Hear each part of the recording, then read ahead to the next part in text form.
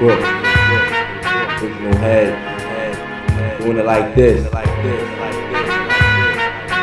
Yeah.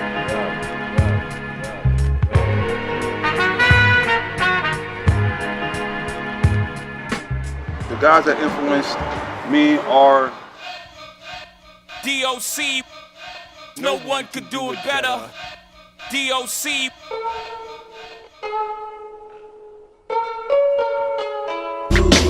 Coming out of Brooklyn. If you was born in New York City, let me say you know that. It's Brooklyn in the house. Allow me to reintroduce myself. My name is D.O.C. I be the Calisthenics. Biz #1 supplier. Coming out of Brooklyn. You gotta be strong. Where Brooklyn at? Where Brooklyn at? Where Brooklyn at?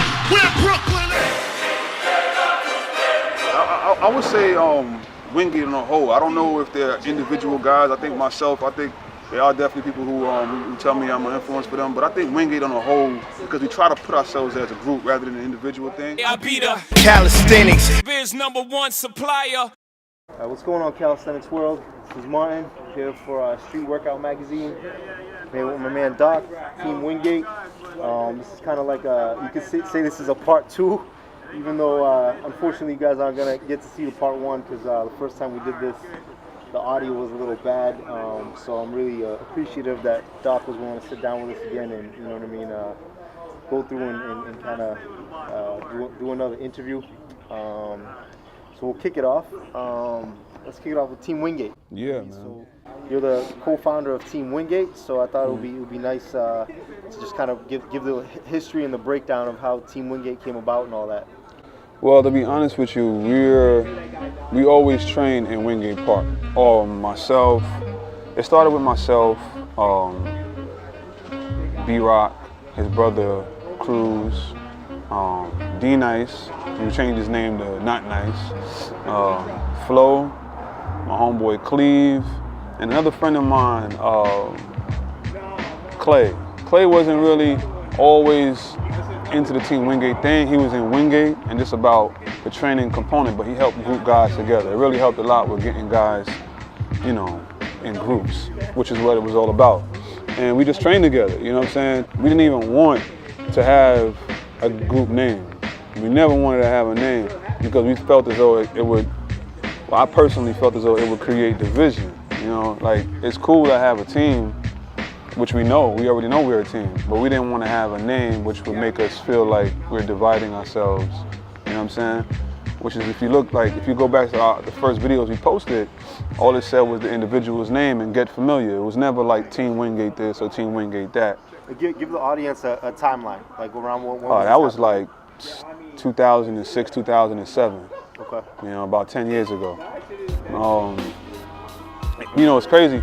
Back then when I was doing videos, I didn't even have a computer. And I had a camera that was probably the size of this iPhone right here. You know what I'm saying?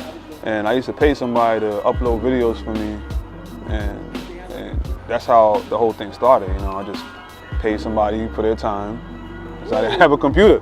You know, but it worked out. You know, and people that we worked out with, you know, they believed in the vision. You know, even though I'm sure it was annoying as hell. Everybody who know me from back in the day, I know that was annoying. I used to come around with this little camera always in people's face, you know, trying to document the situation. But I knew that in the long run, it was going to benefit us. You know what I'm saying? What we can do wasn't being broadcast to the world, and somebody needed to do so. And you know, it don't make sense to sit around and wait for somebody to come and do it for you. You know what I'm saying? You can take the initiative and do it yourself. So that's what I did. You know what I'm saying? And shout out to all those guys that I mentioned in the beginning who saw the vision, and then it just picked up. Right? Jomo, who also is a good friend of mine, twin. You know, he wasn't in the park as much. You know, he was out of the military and just got a new job and whatever. When he started coming back, he just took to it.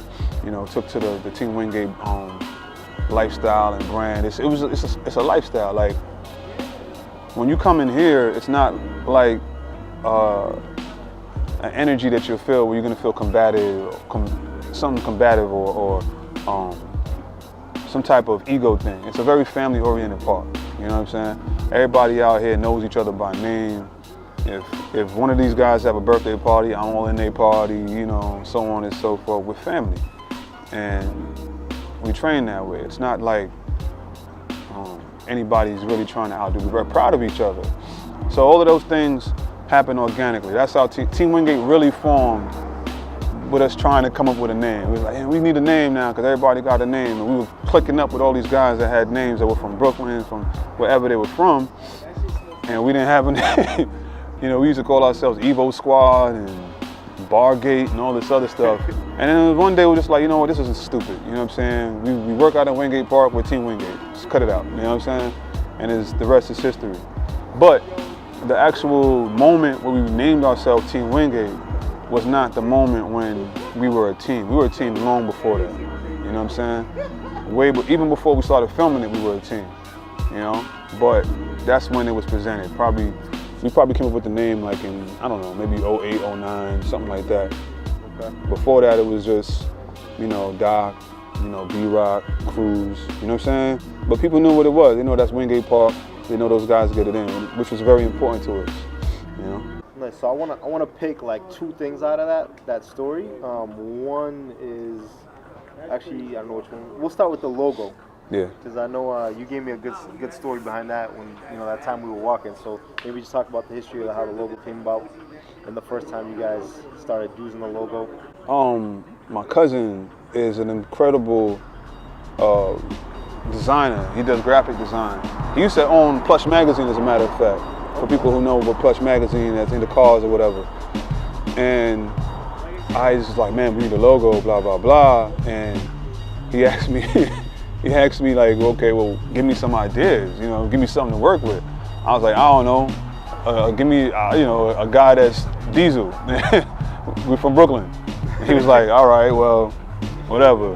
And about an hour later, he emailed me the logo. Wow. He just emailed me that. All I said was Brooklyn and a guy that works out in the park. And you know what I'm saying? He came up with the logo in about an hour. Sick logo though, yeah. Yeah, man. The way it all fits in with the He's team, brilliant, man. Yeah. He's a brilliant guy, you know. It's a great logo. Shout out to my cousin, man, Kirk. He's a brilliant guy.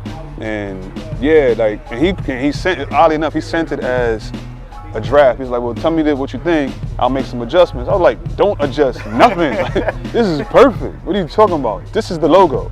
We good. Thank you. You know what I'm saying?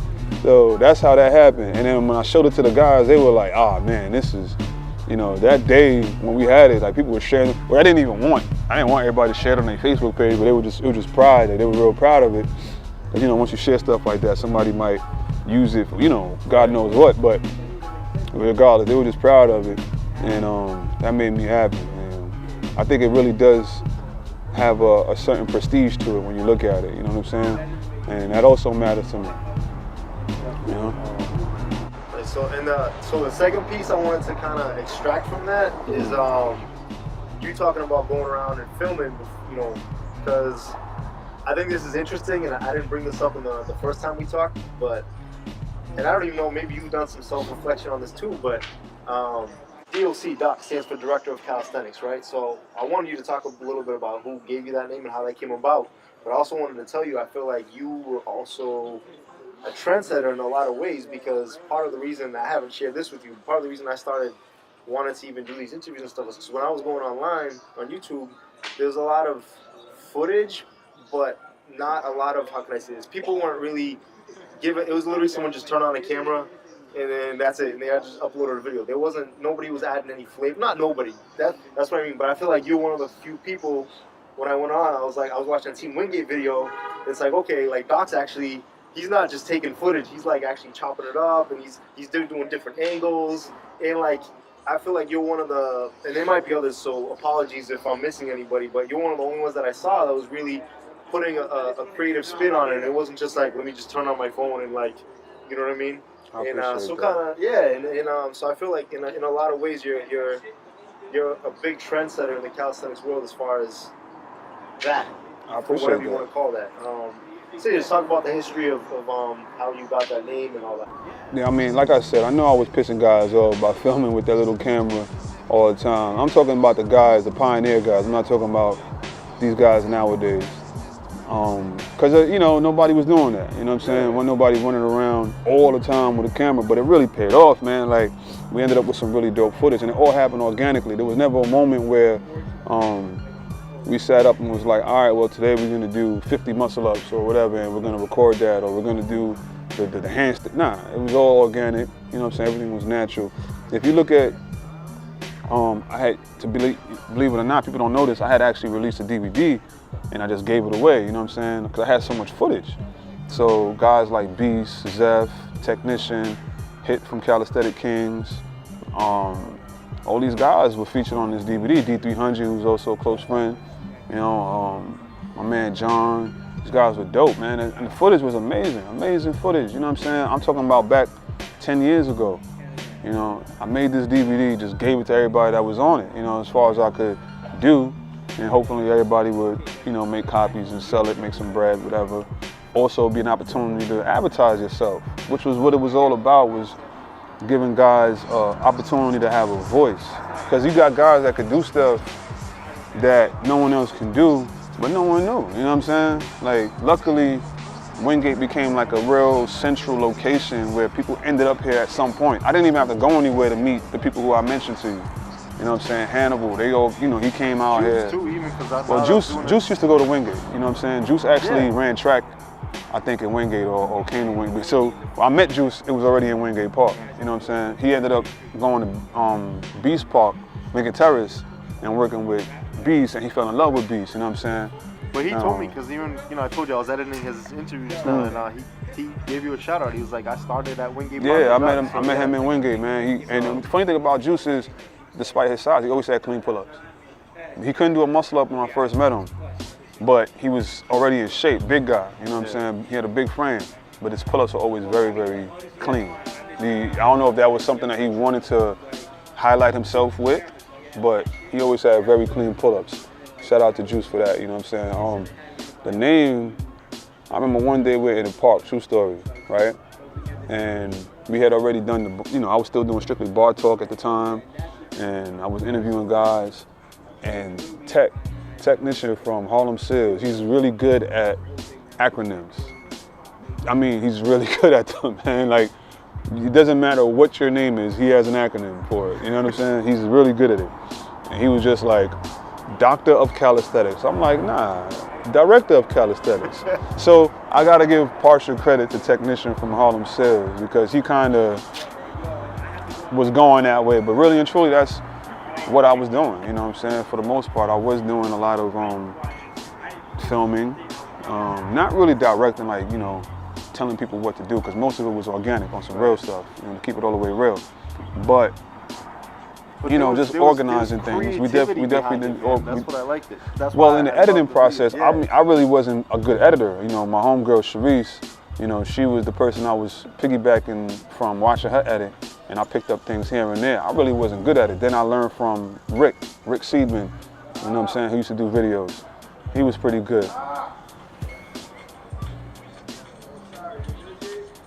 Yeah, what's up, Cash? Yeah, I'm gonna bring the weights in 2 minutes. It's Wingate, man. You know what I'm saying? Editing. Yeah. I didn't really. I don't think I was good, but what I do know is when we do stuff out here, I may not be the best at filming. I didn't have formal training from filming, but I look at it through a lens the way I look at it. You know what I'm saying, in real life, so I can film it that way. I just think that's just natural. You know what I'm saying? There's a creative element to it. That's what I mean. You have a natural creativity in the way you deliver your story. Part of it is editing, but part of it is also the way you take, well, kind of what you just said. You know what I mean? Using certain angles and well, like that's the thing. I think because I'm active in the culture, I'm a part of the culture. I'm an athlete. You know, I'm a practitioner. You know, and at this point, I'm somewhat of a teacher. You know, so I can look at it a certain kind of way. You know what I'm saying? So guys that can film better than I can may not be able to view it the way I view it because they're not internal. So they can put together a beautiful piece, no doubt, but it may miss a couple of the elements that the athletes would appreciate.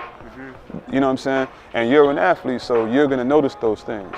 You know, the audience may not know here or there which one is which, but the athletes will always appreciate certain things. Those things need to be added and kept, and you need to see it from certain angles. You need to see, you know, it's a lot of stuff to it. You know, when we work out, you want to see, sometimes you might want to see the muscle definition of a move. You might want to see the look on a person's face when they're doing certain things.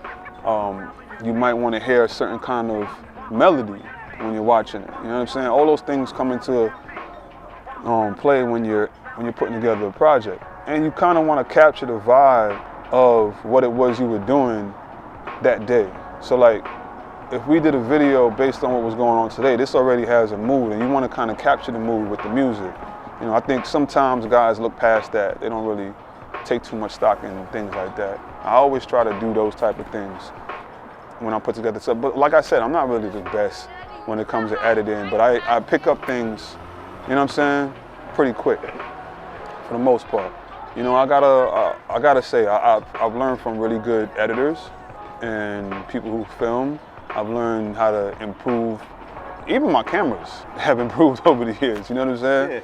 Yeah. So, yeah, man, it's just been a wonderful process. And in terms of my name, Director of Calisthenics, it was just, I think that's really an interesting, ironic situation that I named myself that, and that's exactly what I became, you know what I'm saying? It's pretty funny, but it is what it is. I think maybe people should be very careful what they name themselves, you know?